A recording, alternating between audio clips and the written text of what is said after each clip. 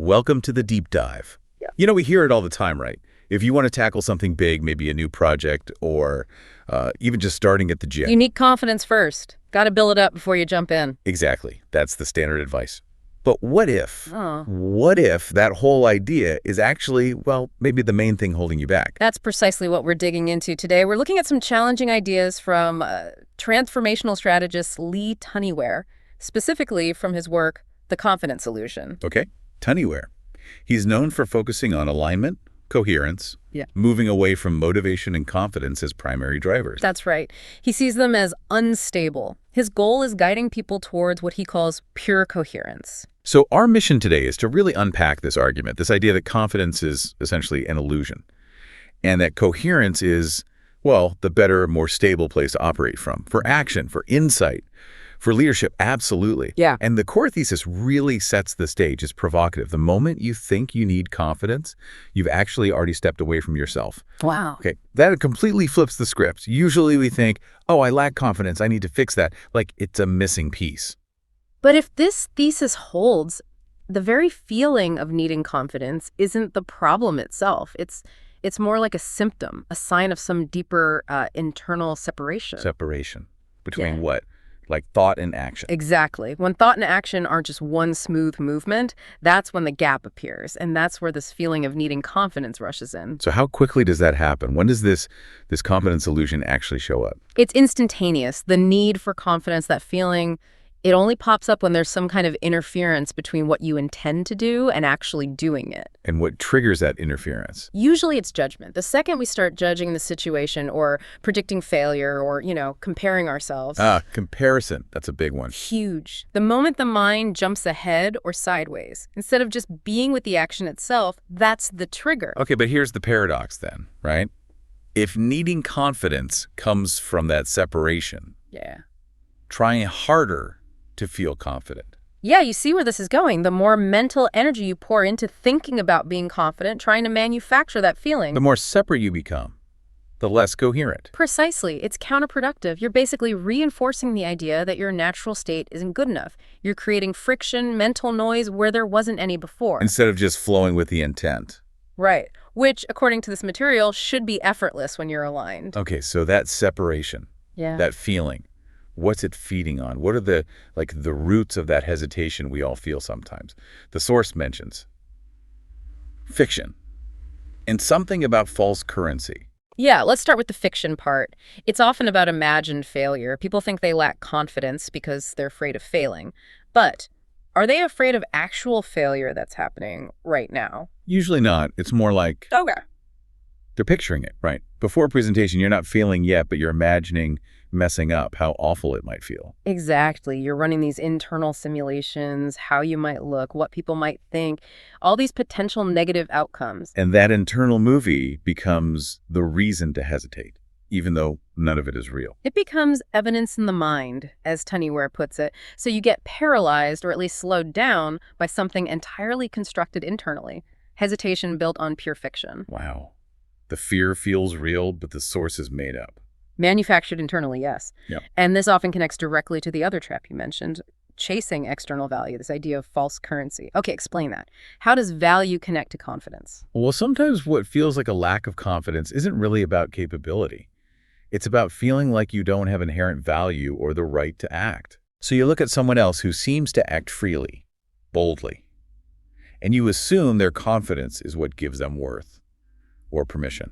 Yeah, you mistake the outward signal for the inner source.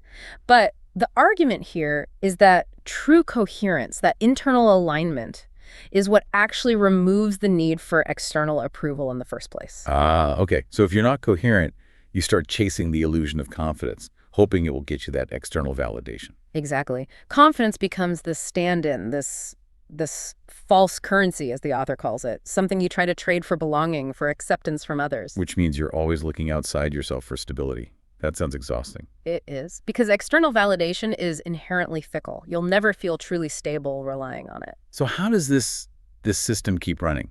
How do these fictions and the need for validation become so ingrained? The source talks about an internal algorithm. It basically takes all these inputs, real past experiences, yes, but also those imagined failures, those societal expectations you've absorbed. And writes them into your operating system as rules, as limits. Pretty much. It codifies them as perceived truth. And that's how the fiction, the external chasing, becomes a self-imposed reality, a box you live inside. And that leads us straight to the language we use, doesn't it? That phrase, I can't. Yes. There's a really striking point made about this. When you say, I can't, think about the words. You're just taking I can, your inherent ability, and sticking an apostrophe and a T on the end. Huh. I never thought of it quite like that. I can plus noise equals I can't. That's the essence of it. It suggests that I can is the default state. Ability is inherent. And I can't is just, what? A failure of alignment. Too much internal static. Exactly. The crucial difference between I can and I can't, according to this perspective, isn't ability, it's alignment. When you're coherent, that optional noise, the apostrophe and the T, it just isn't there. It vanishes. Okay, this is making sense. Let's pivot then. Let's talk about the goal state. Coherence. If confidence becomes irrelevant when you're coherent, what does that feel like? What does it look like practically? Well, think about simple, everyday actions. Do you need to pump yourself up to feel confident before you brush your teeth? No, of course not. You just do it. Right. Or sending a routine text message. Or walking into a room you know well. There's no internal debate, no need for a feeling of confidence. You just act. Okay. Coherence is basically that same quality of effortless action, but applied more broadly. It's what happens when that internal interference, the judging, the predicting, the comparing, is simply absent. So it's not about adding a positive feeling. It's about the absence of the negative or obstructive noise. Precisely. The action becomes easy, natural, because your internal systems are aligned. Intention flows directly into movement without that layer of self-assessment or doubt. And applied to something like leadership. A coherent leader wouldn't be trying to project confidence. No, they'd just be acting from a place of clarity, from alignment. And that clarity, that authenticity, is naturally perceived by others as powerful, as confident, ironically. But the leader isn't focused on generating that feeling. Okay, this is powerful stuff. So how do we actually use this? Like today, if we're not chasing confidence anymore, what's the practical step when we feel that old hesitation creep in? The advice is straightforward. Take us into today. The very next time you notice that thought, that feeling, I need more confidence to do this, just notice it. Don't push it away. Don't judge it. Just see it. Yes, see it as feedback, incredibly valuable feedback. It's not a sign you're weak or failing. It's a signal. A signal telling you where you've lost alignment. Exactly. It pinpoints where the noise has crept in. Was it inner noise, like some harsh self-expectation you've imposed? Or was it outer noise? Maybe the echo of someone else's judgment or an expectation you feel from others. So the practice is to identify the source of the noise, inner chatter or outer pressure. Observe it, yes. Oh. And crucially, without judgment, this is key. If you start beating yourself up for feeling insecure, you've just added another layer of noise, another separation. Right. Judging the judgment, that definitely doesn't help. It compounds the problem. So you see the noise, you acknowledge where it might be coming from, inner or outer, without judgment, and then you let it go and come back to it. Come back to what's actually real, which is the present moment, the task right in front of you. Not the imagined failure, not the feeling, not the memory, not the reaction. You move from clarity, not from feeling. That's the goal. Move from clarity about the present moment. Because as the source material suggests, the body, your deeper self, already knows what needs to be done. The hesitation, the noise, it's just an optional mental layer. So wrapping this up, this deep dive really gives us permission, doesn't it? Permission to stop striving for this thing called confidence that we thought was essential. It reframes it completely. We started with that common idea. Right. You must build confidence first. But we've landed somewhere quite different. Yeah, the realization that feeling the need for confidence is just a signal that you're out of alignment, that there's internal separation. It's not the prerequisite for action we thought it was. The real goal isn't confidence. It's that internal coherence, that state of alignment where action flows naturally. And when you have that, external validation just becomes unnecessary. irrelevant even. Exactly. Which leads us to that final thought, building directly on the source material. It leaves us with this line. The body already knows. The noise, inside or out, is optional. Think about that for a moment. The noise is optional.